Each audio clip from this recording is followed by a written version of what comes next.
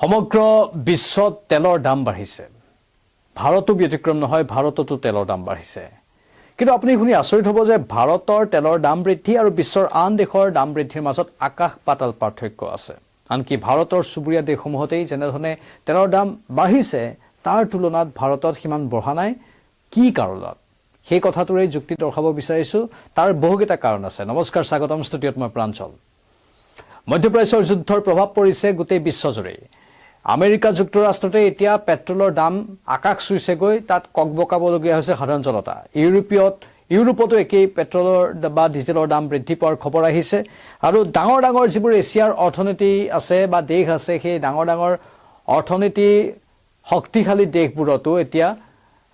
ব্যাপক ৰূপত পেট্ৰল ডিজেলৰ দাম বৃদ্ধি পাইছে মুঠতে ইন্ধনৰ দাম বৃদ্ধি পাইছে আৰু ভাৰতৰ সুবুৰীয়া পাকিস্তান আৰু বাংলাদেশৰ কথাই কওঁ মই এটা তুলনাত্মকভাৱে কথাখিনি ক'ব বিচাৰিছো আমাৰ হাতত যিখন ৰিপৰ্ট আছে সেই ৰিপৰ্ট অনুসৰি আমেৰিকা যুক্তৰাষ্ট্ৰত এতিয়া $0.9 পৰা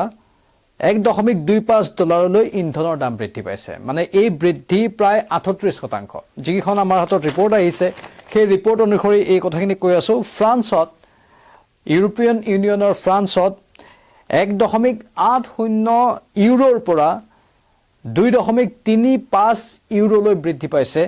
আৰু এই বৃদ্ধি হৈছে ফ্ৰান্সত ইন্ধনৰ মূল্য বৃদ্ধি প্ৰায় 30% জাৰ্মানীত 1.75 ইউৰোৰ পৰা 2.31 ইউৰোলৈ বৃদ্ধি পোৱাৰ খবৰ আহিছে এই বৃদ্ধি প্ৰায় 32% ব্ৰিটেইনত 1.45 পাউণ্ড আছিল পূৰ্বতে এতিয়া সেই 1.45 পাউণ্ডৰ পৰা বৃদ্ধি হৈ 1.91 পাউণ্ডলৈ বৃদ্ধি পাইছে ইন্ধনৰ মূল্য প্ৰায় 31% বৃদ্ধি হৈছে চীনত 7.50 ইউৱানৰ পৰা 9.60 ইউৱানলৈ দাম বৃদ্ধি পাইছে এই বৃদ্ধি প্ৰায় 28% জাপানত 160 ইয়েনৰ পৰা 205 ইয়েনলৈ বৃদ্ধি পাইছে ইন্ধনৰ মূল্য এই বৃদ্ধি প্ৰায় 28% আৰু ইফালে যদি আমি ক'বলৈ যাওঁ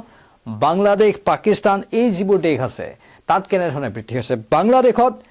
125 টাকা আছিল পূৰ্বে আৰু এতিয়া সেই দাম হৈছেগৈ মই পেট্ৰলৰ কথা কৈছো কেৱল 125 টাকাৰ পৰা বাংলাদেশত এতিয়া হৈছেগৈ 172 টাকা এই বৃদ্ধি প্ৰায় 37% আৰু পাকিস্তানত 270 টকাৰ পৰা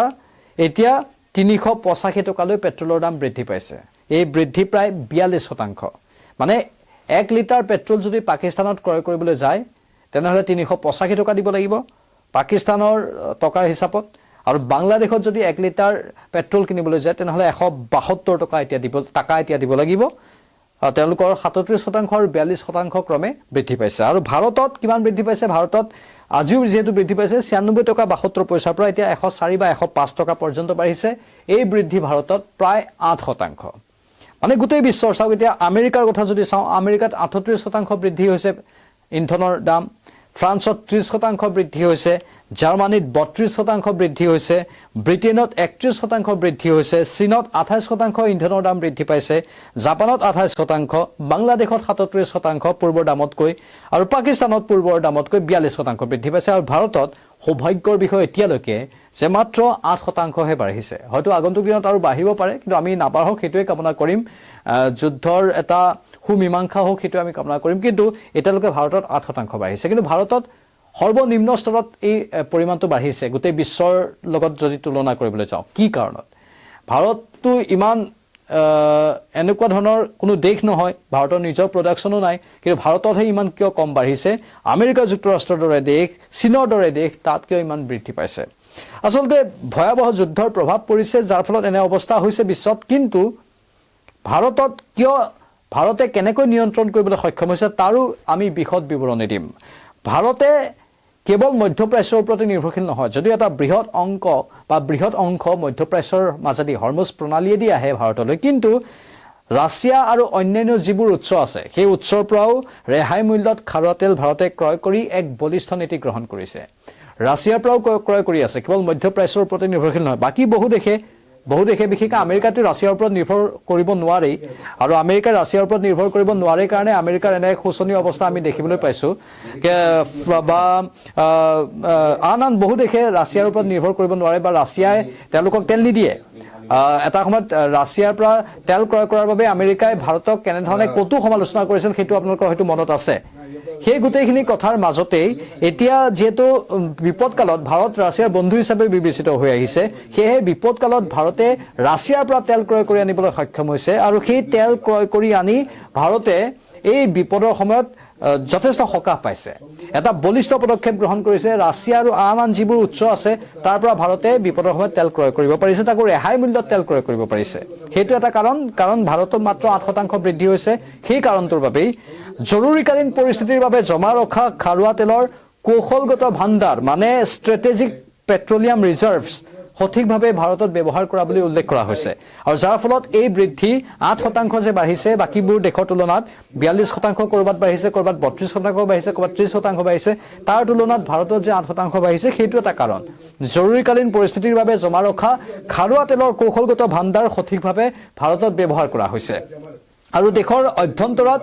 মূল্য নিয়ন্ত্ৰণত ৰাখিবলৈ চৰকাৰে আবকাৰী শুল্ক মানে এক্সাইজ ডিউটি বুলি যাক আমি কওঁ অথবা ভেটৰ ক্ষেত্ৰত বিভিন্ন সময়ত সমিলমিল ঘটাইছে যাতে সাধাৰণ জনতাৰ ওপৰত হঠাৎ বৃহৎ আৰ্থিক বোজা পৰি নাযায় এইকেইটা কাৰণৰ বাবেই ভাৰতত যদিও বৃদ্ধি হৈছে কিন্তু বিশ্বৰ আন দেশৰ তুলনাত বা ভাৰতৰ চুবুৰীয়া চীন পাকিস্তান বাংলাদেশৰ তুলনাত ভাৰতৰ বৃদ্ধি সিমান নহয় আনকি শেহতীয়াভাৱে আন এটা খবৰো আহিছে যি ভূটানত আমাৰ অসমৰ পৰাও বহু মানুহ যায় ভূটানত ফুৰিবলৈ তেতিয়া নিজৰ গাড়ীত অলপ তেল ভৰাই আনে যি ভূটানত 65 টকা প্ৰতি লিটাৰ আছিল পেট্ৰলৰ দাম সেই ভূটানতো এতিয়া 112 টকা মান হৈ গৈছে গৈ প্ৰতি লিটাৰ পেট্ৰলৰ দাম মানে ভূটানত আগতে ৰাজ সাহায্য পাই বাবে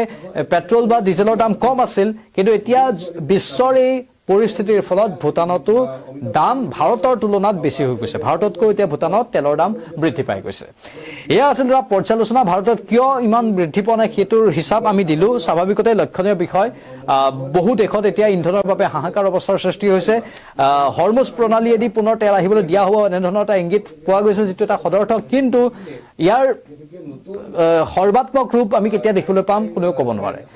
সামগ্ৰিকভাৱে অতি মসৃণ এটা ৰূপ আমি কেতিয়া দেখিবলৈ পাম কোনেও ক'ব নোৱাৰে যুদ্ধৰ অন্ত পৰক সেইটো আমি কামনা কৰি আছো কিন্তু যুদ্ধৰ অন্ত পৰাৰ পাছত কিমান দিনৰ পিছত আমি অনুকূল পৰিৱেশ ঘূৰাই পাম সেয়া এই মুহূৰ্তত কোৱাটো অলপ কঠিন কিন্তু আমি আশা কৰিম যে সকলো অনুকূল হৈ থাকক যাতে ইন্ধনৰ দাম আৰু বৃদ্ধি নহয় এয়া আছিল এই মুহূৰ্তৰ তথ্য পৰৱৰ্তী সময়ত আকৌ আহিম লাইভত চাই থাকক নিউজ